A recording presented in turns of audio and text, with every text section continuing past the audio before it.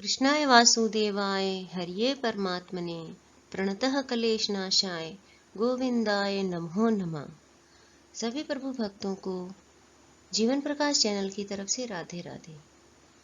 पद्म पुराण के अनुसार वैशाख महात्म्य के तीसरे अध्याय में हमने 5 प्रेतों की कथा सुनी तथा साथ ही पाप प्रशमन नामक स्तोत्र का वर्णन भी हमने सुना। तो चलिए शुरू करते हैं। चौथा अध्याय वैशाख मास में स्नान, तर्पण और श्री माधव पूजन की विधि एवं महिमा। अम्बरीश ने पूछा, मुने, वैशाख मास के व्रत का क्या विधान है? इसमें किस तपस्या का अनुष्ठान करना पड़ता है? क्या दान होता है? कैसे स्नान किया जाता है और किस प्रकार भगवान केशव की पूजा की जाती है? ब्रह्मर्षि, आप श्री हरि के प्रिय भक्त हैं तथा सर्वज्ञ हैं, अतः कृपा करके मुझे ये सब बातें बताइए। नारद जी ने कहा, साधु श्रेष्ठ, सुनो। वैशाख मास में जब सूर्य मेष राशि पर चले जाएं, तो किसी बड़ी नदी में, नदी रूप तीर्थ में, नद में, सरोवर में, झरने में, देवकुंड में, स्वतः प्राप्त हुए किसी भी जलाशय में, बावड़ी में अथवा कुएं आदि पर जाकर नियम पूर्वक भगवान श्री विष्णु का स्मरण करते हुए स्नान करना चाहिए। स्नान के पहले निम्न श्लोक का उच्चारण करना चाहिए। यथा ते माधवो मासो वल्लभो मधुसूदन प्रातः स्नानेन में तस्मिन फलदः पापहा भव। अर्थात, मधुसूदन, माधव मास आपको विशेष प्रिय है, इसलिए इसमें प्रातः स्नान करने से आप शास्त्रोक्त फल के देने वाले हों और मेरे पापों का नाश कर दें। इस प्रकार कहकर मौन भाव से उस तीर्थ के किनारे अपने दोनों पैर धो लें, फिर भगवान नारायण का स्मरण करते हुए विधि पूर्वक स्नान करें। स्नान की विधि इस प्रकार है।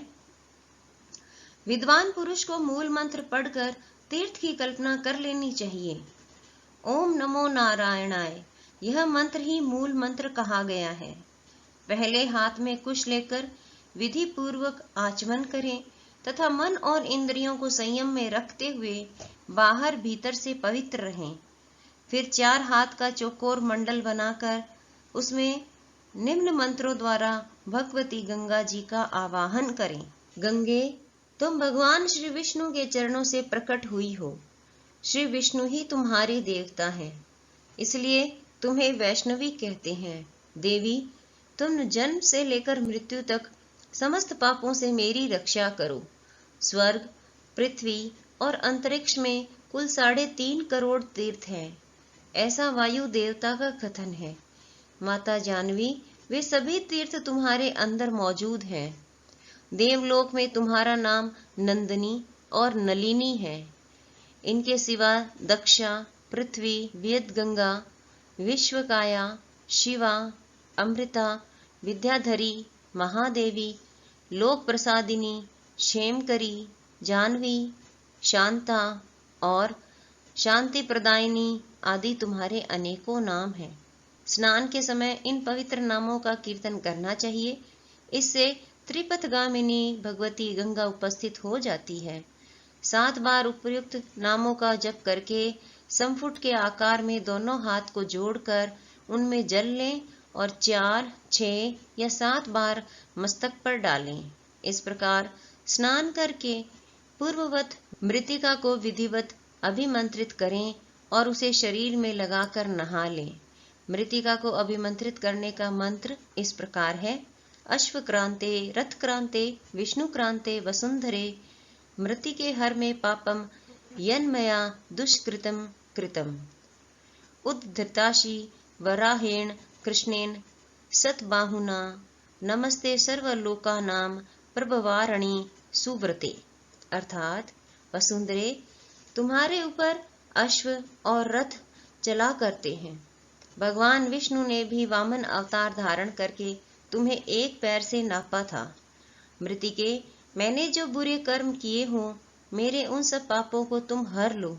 देवी, सैकड़ों भुजाओं वाले भगवान श्री विष्णु ने वराह का रूप धारण करके तुम्हें जल से बाहर निकाला था। तुम संपूर्ण लोकों की उत्पत्ति के लिए अरणी के समान हो, अर्थात जैसे अरण्य काष्ठ से आग प्रकट होती है, उसी प्रकार तुमसे संपूर्ण लोक उत्पन्न होते हैं।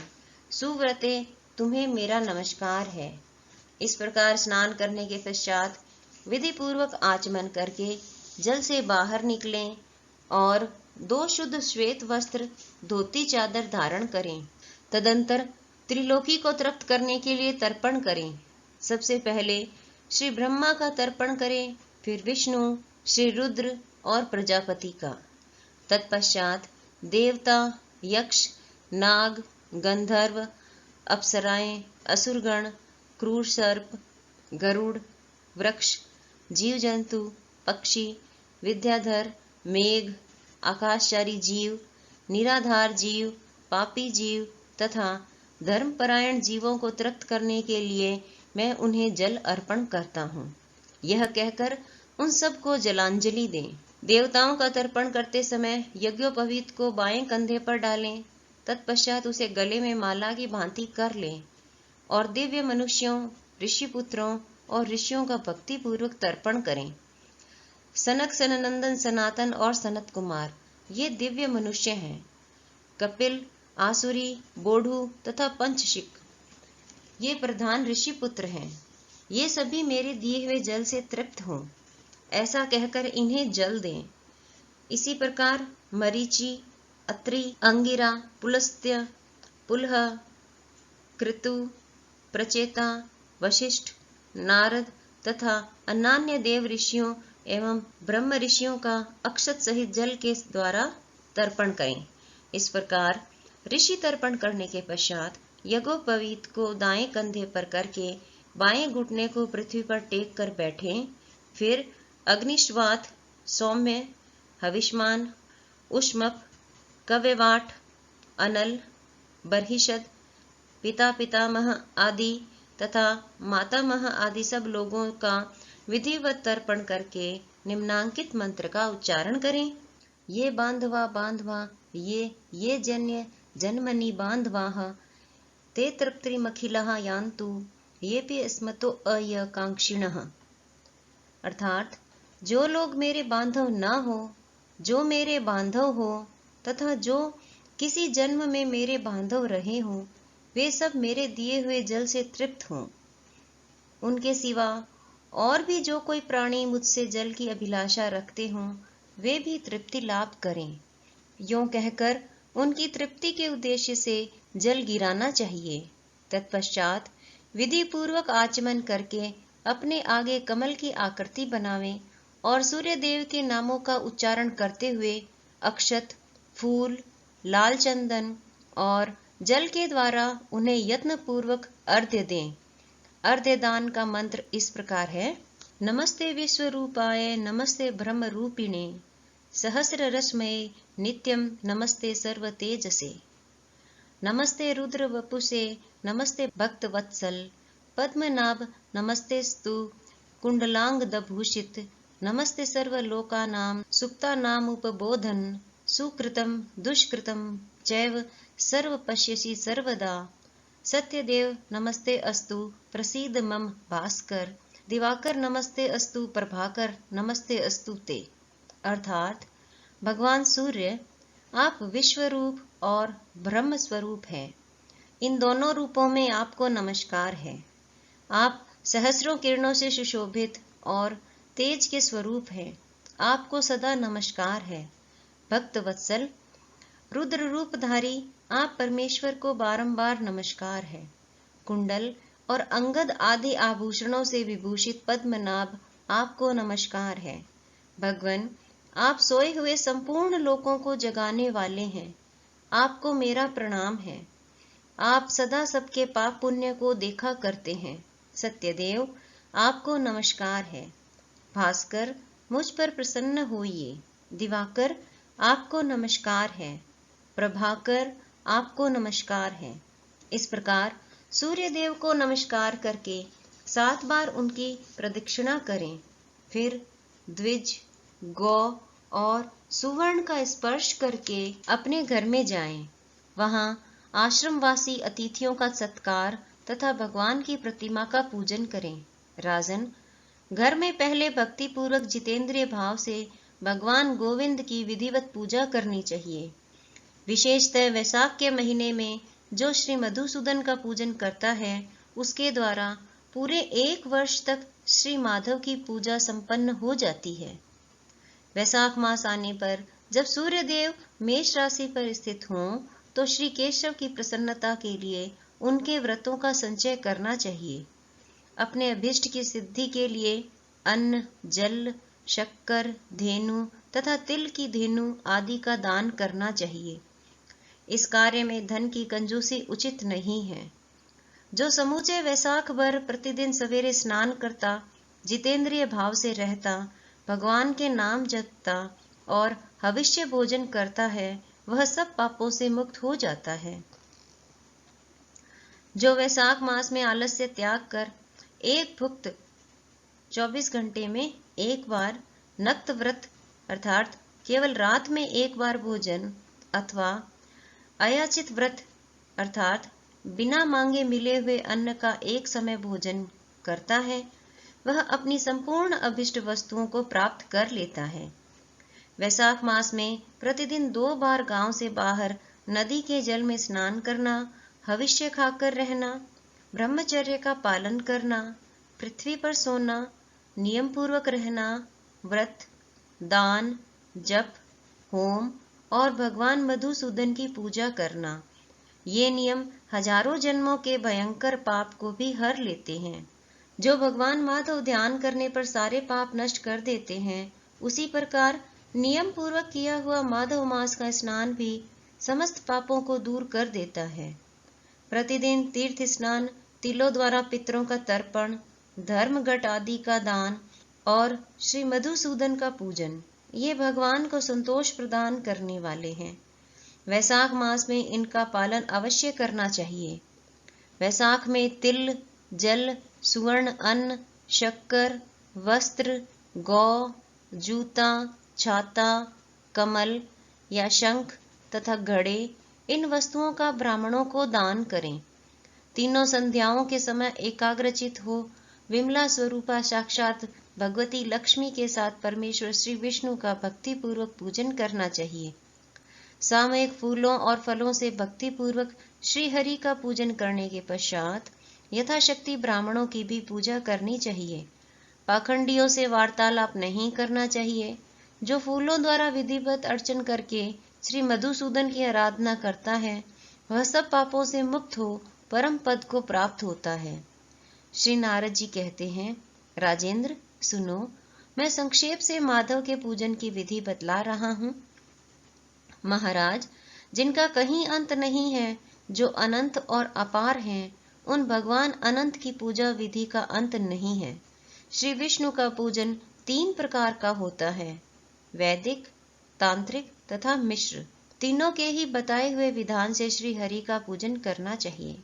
वैदिक और मिश्र पूजन की विधि ब्राह्मण आदि 3 वर्णों के लिए बताई गई है, किंतु तांत्रिक पूजन विष्णु भक्त शूद्र के लिए भी विहित है। साधक पुरुष को उचित है कि शास्त्रोक्त विधि का ज्ञान प्राप्त करके एकाग्रचित हो ब्रह्मचर्य पालन करते हुए श्री विष्णु का विधिवत पूजन करे। भगवान की प्रतिमा 8 प्रकार की मानी गई है, शिलामयी, धातुमयी, लोहे की बनी हुई, लीपने योग्य मिट्टी की बनी हुई, चित्रमयी, बालू की बनाई हुई, मनोमयी तथा मणिमयी। इन प्रतिमाओं की प्रतिष्ठा 2 प्रकार की होती है, एक चल प्रतिष्ठा और दूसरी अचल प्रतिष्ठा। राजन, भक्त पुरुषों को चाहिए कि वह जो कुछ भी सामग्री प्राप्त हो उसी से भक्ति भाव से पूजन करें। प्रतिमा पूजन में स्नान और अलंकार ही अभिष्ट है, अर्थात भगवत विग्रह को स्नान कराकर पुष्प आदि से श्रृंगार कर देना ही प्रधान सेवा है। श्री कृष्ण में भक्ति रखने वाला मनुष्य यदि केवल जल भी भगवान को अर्पण करे तो वह उनकी दृष्टि में श्रेष्ठ है।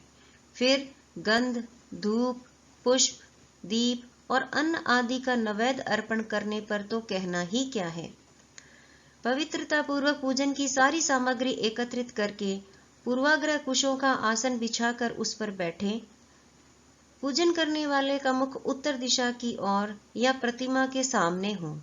फिर पाद्य, अर्घ्य, स्नान तथा अर्हण आदि उपचारों की व्यवस्था करें। उसके बाद कर्णिका और केसर से सुशोभित अष्टदल कमल बनाएं और उसके ऊपर श्री हरि के लिए आसन रखें। तदंतर चंदर, उसीर अर्थात खस, कपूर, केसर तथा अर्गजा से सुवासित जल के द्वारा मंत्र पाठ पूर्वक श्री हरि को स्नान कराएं। वैभव हो तो प्रतिदिन इस तरह की व्यवस्था करनी चाहिए। स्वर्ण धर्म नामक अनुवाक, महापुरुष विद्या, सहस्र शीर्षा आदि पुरुष सूक्त तथा सामवेदोक्त निराजना आदि मंत्रों द्वारा श्री हरि को स्नान कराएं। तत्पश्चात विष्णु भक्त पुरुष वस्त्र, यज्ञोपवीत, आभूषण, हार, गंध तथा अनुलेपन के द्वारा प्रेम पूर्वक भगवान का यथा योग्य श्रृंगार करें। पुजारी को उचित है कि वह श्रद्धा पूर्वक पाद्य, आचमनीय, गंध, पुष्प, अक्षत तथा धूप आदि उपहार अर्पण करें। उसके बाद गुड़, खीर, घी, पूड़ी, मालपुआ, लड्डू, दूध और दही आदि नाना प्रकार के नैवेद्य निवेदन करें। पर्व के अवसरों पर अंगराग लगाना, दर्पण दिखाना, दंत धावन कराना, अभिषेक करना, अन्न आदि के बने हुए पदार्थ भोग लगाना, कीर्तन करते हुए नृत्य करना और गीत गाना आदि सेवाएं भी करनी चाहिए। संभव हो तो प्रतिदिन ऐसी ही व्यवस्था रखनी चाहिए। पूजन के पश्चात इस प्रकार ध्यान करें, भगवान श्री विष्णु का श्री विग्रह श्याम वर्ण एवं तपाए हुए जम्बूनद नामक सुवर्ण के समान तेजस्वी है। भगवान के शंख, चक्र, गदा और पद्म से सुशोभित 4 भुजाएं हैं। उनकी आकृति शांत है। उनका वस्त्र कमल के केसर के समान पीले रंग का है। मस्तक पर किरीट, दोनों हाथों में कड़े, गले में यज्ञोपवीत तथा अंगुलियों में अंगूठी धारण किए हुए हैं। उनके वक्ष स्थल में श्री वत्स का चिन्ह है। कौस्तुभ मणि उनकी शोभा बढ़ाता है तथा वे वनमाला धारण किए हुए हैं। इस प्रकार ध्यान करते हुए पूजन समाप्त करके घी में डुबोई हुई समिधाओं तथा हविष्य द्वारा अग्नि में हवन करें। आज्य भाग तथा आघार नामक आहुतियां देने के पश्चात घृतपूर्ण हविष्य का होम करें।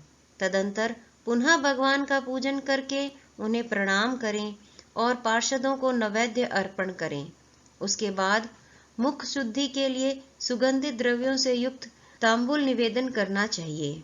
फिर छोटे बड़े पौराणिक तथा अर्वाचीन स्तोत्रों द्वारा भगवान की स्तुति करके भगवन प्रसीद अर्थात भगवन प्रसन्न होइए यों कहकर प्रतिदिन दंडवत प्रणाम करें।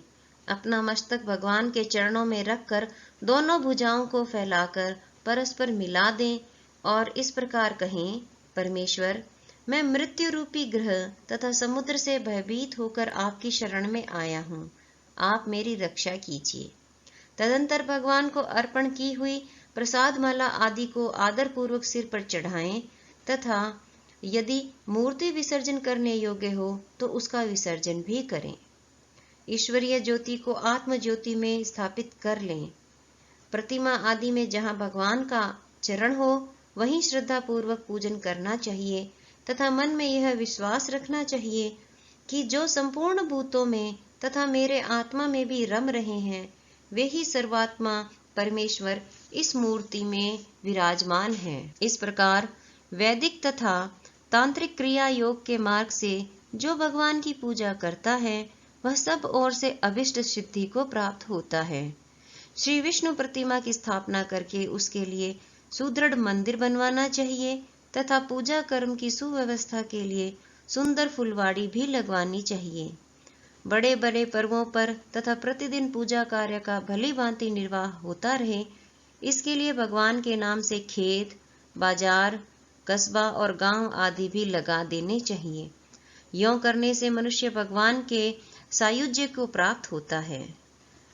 भगवद विग्रह की स्थापना करने से सार्वभौम के पद को, मंदिर बनवाने से तीनों लोकों के राज्य को, पूजा आदि की व्यवस्था करने से ब्रह्मलोक को तथा इन तीनों कार्यों के अनुष्ठान से मनुष्य भगवत सुयाज्य को प्राप्त कर लेता है। केवल अश्वमेध यज्ञ करने से किसी को भक्ति योग की प्राप्ति नहीं होती। भक्ति योग को तो वही प्राप्त करता है जो पूर्वोक्त रीति से प्रतिदिन श्री हरि की पूजा करता है। राजन, वही शरीर शुभ कल्याण का साधक है जो भगवान श्री कृष्ण को साष्टांग प्रणाम करने के कारण धूलि धूसरित हो रहा है। नेत्र भी वे ही अत्यंत सुंदर और तपह शक्ति से संपन्न है जिनके द्वारा श्री हरि का दर्शन होता है। वही बुद्धि निर्मल और चंद्रमा तथा शंख के समान उज्जवल है जो सदा श्री लक्ष्मीपति के चिंतन में संलग्न रहती है, तथा वही जिव्या मधुर भाषिणी है जो बारंबार भगवान नारायण का स्तवन किया करती है। स्त्री और शूद्रों को भी मूल मंत्र के द्वारा श्री हरि का पूजन करना चाहिए तथा अन्यान्य वैष्णव जनों को भी गुरु की बताई हुई पद्धति से श्रद्धा पूर्वक भगवान की पूजा करनी उचित है। राजन, यह सब प्रसंग मैंने तुम्हें बता दिया। श्री माधव का पूजन परम पावन है। विशेषतः वैशाख मास में तुम इस प्रकार पूजन अवश्य करना। सूत जी कहते हैं, महर्षिगण इस प्रकार पत्नी सहित मंत्रवेता महाराज अम्बरीश को उपदेश दें, उनसे पूजित हो विदा लेकर देवर्षि नारद जी वैशाख मास में गंगा स्नान करने के लिए चले गए। लोक में जिनका पावन सुयश फैला हुआ था, उन राजा अम्बरीश ने भी मुनि की बताई हुई वैशाख मास की विधि का पुण्य बुद्धि से पत्नी सहित पालन किया। इसी के साथ पद्म पुराण के अनुसार बताए गए वैशाख महात्म्य के अध्याय वैशाख में स्नान, तर्पण और श्री माधव पूजन विधि एवं महिमा पूर्ण हुआ। जय श्री कृष्ण।